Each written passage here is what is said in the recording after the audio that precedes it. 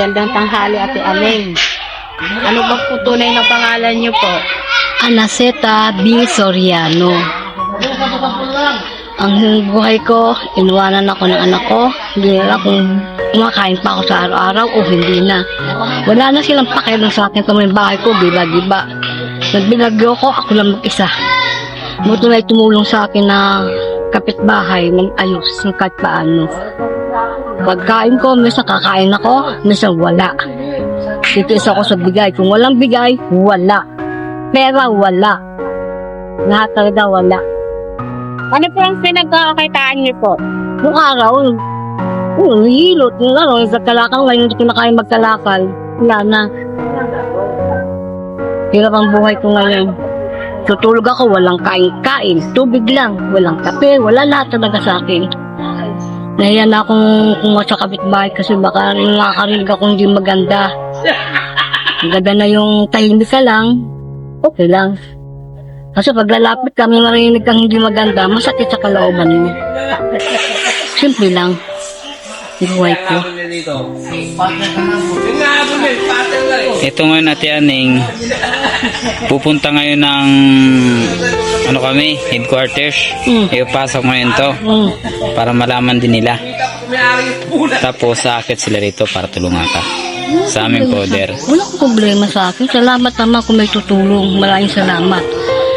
Pero ako gusto ko talaga may tumulong. Kung wala, salamat din. Ganun lang ang buhay ko. Ayoko lang kasi maraming natulungan ko si ganun, natulungan ko si ganyan. Ayoko lang ganun, tumulong kahit paus sa puso. Hindi yung natulungan ko si ganyan, si ganun. Ako ayoko. Kaya gusto ko lumapit, ayoko dahil may susumbat sa'yo. Lalo napakasakit yun sa kalooban. Tumulong ka na, kuha sa puso mo, di ba? Ano pa po ang gusto niyong iparating sa kanila?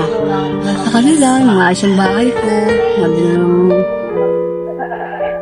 Sa pambili-bili ko ng katin, kahit yung pambili lang, kung ulam-ulam, bigas, gano'n. Kain-kain. Kung daga, isang linggo, kaya mo ba isang linggo walang kain-kain?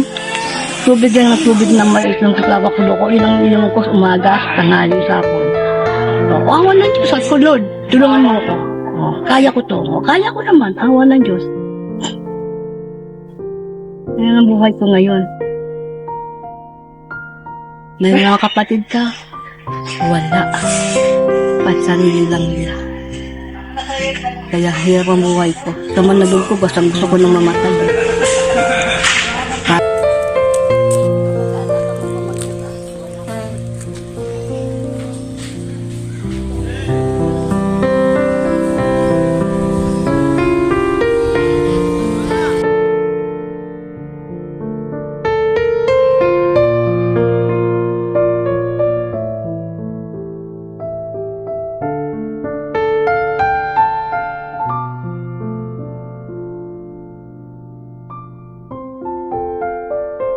Araw po sa inyong lahat.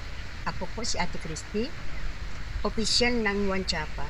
Sa araw po na ito, kami po ay magsasagawa ng programa na kung saan kami ay magbibigay ng konting tulong kay Aling Aning. Kaya po, samahan po ninyo kami para masaksihan ang pagbibigay namin ng tulong kay Aling Aning. Maraming salamat. Ang araw po, mga katsapa.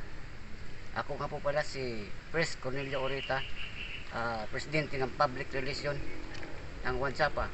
Meron pong dumating na video sa amin samahan, pinasa ng aming kasama sa isa din sa member ng One Chapa. At ang video po na yon ay nakita po namin ang sitwasyon ni Aling Aning na siya po ay karapat dapat nating bigyan ng tulong.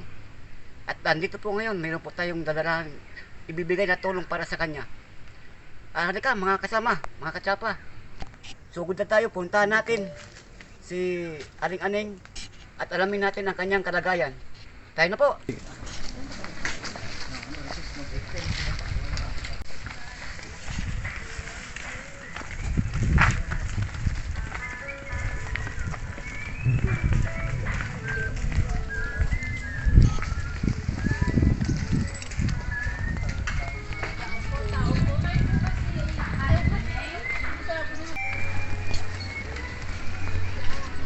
Pag nahihirapan na kayo.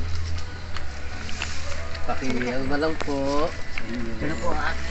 Kasi nasita B. Soriano. Ang araw ay tumutulong sa akin. Nung nakaraan na, binagyo na akong 3 bagyo, walang sumalpot sa akin, walang tumulong.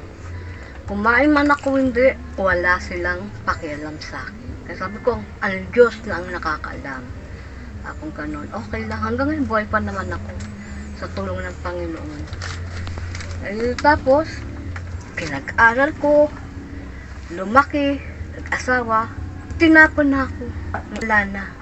Hindi ko na kumakain ba ako, buhay pa ako, ano nga sa akin, wala. Kaya sabi ko, Lord, pahala na kayo akong sa akin. Kung nagtutulong sa akin, salamat. Kung wala naman, salamat din. Akong ganun.